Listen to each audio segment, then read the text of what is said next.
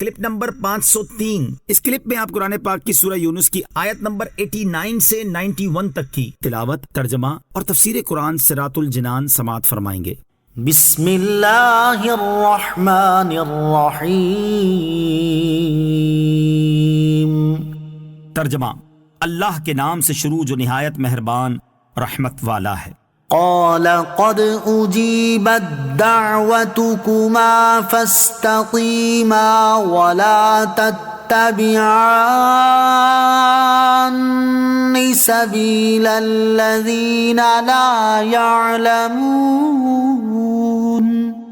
ترجمہ: اللہ نے فرمایا تم دونوں کی دعا قبول ہوئی، بس تم ثابت قدم رہو اور نادانوں کے راستے پر نہ چلنا۔ قال قد اجیبت دعوتکما، اللہ نے فرمایا تم دونوں کی دعا قبول ہوئی۔ اس آیت میں دعا کی نسبت حضرت موسیٰ اور حضرت ہارون علیہ السلام دونوں کی طرف کی گئی۔ حالانکہ حضرت موسیٰ علیہ السلام دعا کرتے تھے اور حضرت ہارون علیہ السلام آمین کہتے تھے۔ اس سے معلوم ہوا کہ آمین کہنے والا بھی دعا کرنے والوں میں شمار کیا جاتا ہے۔ یہ بھی ثابت ہوا کہ آمین دعا ہے، لہٰذا اس کے لیے اخفا ہی مناسب ہے۔ یاد رہے کہ حضرت موسیٰ علیہ السلام کی دعا اور اس کی مقبولیت کے درمیان 40 برس کا فاصلہ ہوا۔ اسی لیے فرمایا گیا کہ ان لوگوں میں سے نہ ہونا جو قبولیت دعا میں دیر ہونے کی حکمتیں نہیں جانتے۔ دعا قبول ہونے میں تاخیر ہونا بھی حکمت ہے۔ اس سے یہ معلوم ہوا کہ دعا کی قبولیت میں یہ ضروری نہیں کہ فوراً ہی اس کا اثر ہو جائے، بلکہ بعض اوقات حکمت الہی سے اس میں ایک عرصے کی تاخیر بھی ہو جاتی ہے۔ نیز اس شخص کی دعا ویسے ہی قبول نہیں ہوتی جو شور مچائے کہ اس نے بڑی دعا کی مگر قبول نہیں ہوئی۔ چنانچہ حدیث پاک میں ہے، مسلم شریف کی حدیث ہے، حضرت ابو ہریرہ رضی اللہ تعالیٰ عنہ سے روایت ہے، رسول اللہ صلی اللہ تعالیٰ علیہ وسلم نے ارشاد فرمایا، بندے کی دعا قبول ہوتی ہے جب تک کہ وہ گناہ یا قطع رحمی کی دعا نہ مانگے اور جب تک جلد بازی سے کام نہ لے۔ عرض کی گئی، یا رسول اللہ صلی اللہ تعالیٰ علیہ وسلم، جلد بازی کیا ہے؟ ارشاد فرمایا، یہ کہے کہ میں نے دعا مانگی اور مانگی مگر مجھے امید نہیں کہ قبول ہو، لہٰذا اس پر دل تنگ ہو جائے اور دعا مانگنا چھوڑ دے۔ اسی لیے دعا کے آداب میں سے یہ بھی بیان کیا گیا ہے کہ قبولیت کے یقین سے دعا مانگو، جیسا کہ حضرت ابو ہریرہ رضی اللہ تعالیٰ عنہ سے روایت ہے اور ترمذی شریف کی حدیث ہے کہ نبی اکرم علیہ السلام نے ارشاد فرمایا، تم اللہ تعالیٰ سے قبولیت کے یقین کے ساتھ دعا مانگا کرو اور جان لو کہ اللہ تعالیٰ غافل دل سے دعا کرنے والے کی دعا قبول نہیں فرماتا۔ وجاوزنا ببني إسرائيل البحر فأتبعهم فرعون وجنوده بغيا وعدوا حتى إذا أدركه الغرق قال آمنت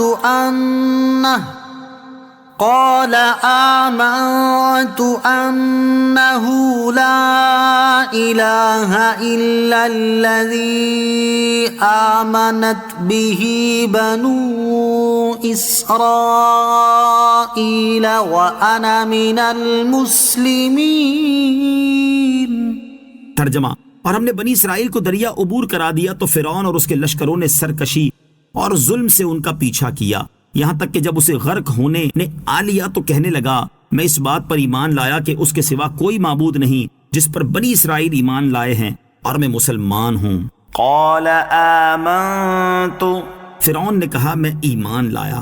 جب اللہ تعالیٰ نے حضرت موسیٰ اور حضرت ہارون علیہ السلام کی دعا قبول فرما لی تو بنی اسرائیل کو حکم دیا کہ وہ ایک معین وقت میں مصر سے روانہ ہو جائیں اور اس کے لیے اپنا سامان بھی تیار کر لیں۔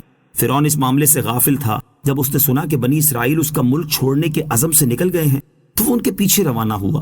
جب حضرت موسیٰ علیہ السلام اپنی قوم کے ساتھ روانہ ہوئے اور دریا کے کنارے پہنچے اور ادھر فرعون بھی اپنے لشکر کے ساتھ ان کے قریب پہنچ گیا تو بنی اسرائیل شدید خوف میں مبتلا ہو گئے، کیونکہ سامنے دریا تھا اور پیچھے فرعون کا لشکر۔ آگے بڑھتے ہیں تو دریا میں ڈوب جائیں گے، پیچھے ہٹتے ہیں تو فرعون کا لشکر انہیں ہلاک کر دے گا۔ اللہ تعالیٰ نے اس خطرناک حالت میں ان پر اس طرح انعام فرمایا کہ دریا میں ان کے لیے ایک راستہ ظاہر کر دیا۔ پھر حضرت موسیٰ علیہ السلام اپنے اصحاب کے ساتھ اس میں داخل ہو کر دریا کے پار تشریف لے گئے۔ اللہ تعالیٰ نے دریا میں بننے والے رستے کو اسی طرح خشک رکھا تاکہ فرعون حضرت موسیٰ علیہ السلام کے تعاقب میں اپنے لشکر کے ساتھ اس میں داخل ہو جائے۔ جب فرعون اپنے پورے لشکر کے ساتھ اس دریائی راستے میں داخل ہو گیا تو اللہ تعالیٰ نے دریا میں پڑے ہوئے شگاف کو ملا کر فرعون کو اس کے پورے لشکر سمیت ڈبو دیا۔ جب فرعون ڈوبنے لگا تو اس امید پر اپنے اخلاص اور ایمان کا اظہار کرنے لگا کہ اللہ تعالیٰ اسے اس مصیبت سے نجات دے دے گا۔ الآن وقد عصيت قبل وكنت من المفسدين۔ ترجمہ، اسے کہا گیا کیا اب ایمان لاتے ہو، حالانکہ اس سے پہلے تو نافرمان رہا اور تو فسادی تھا۔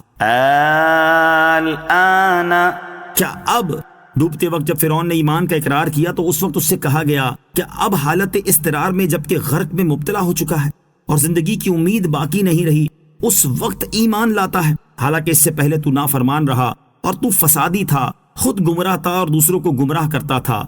مروی ہے کہ ایک مرتبہ حضرت جبرائیل علیہ السلام فرعون کے پاس ایک تحریری سوال لائے جس کا مضمون یہ تھا کہ ایسے غلام کے بارے میں بادشاہ کا کیا حکم ہے جس نے ایک شخص کے مال و نعمت میں پرورش پائی، پھر اس کی ناشکری کی اور اس کے حق کا منکر ہو گیا اور اپنے آپ مولا ہونے کا مدعی بن گیا۔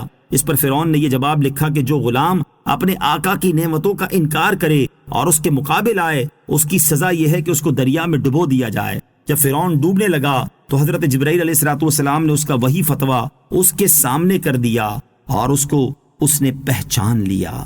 صلو علی الحبیب صلی اللہ تعالی علی محمد صلی اللہ تعالی علیہ وسلم۔ مجھے اپنی اور ساری دنیا کی لوگوں کی اصلاح کی کوشش کرنی ہے انشاءاللہ عز و جل۔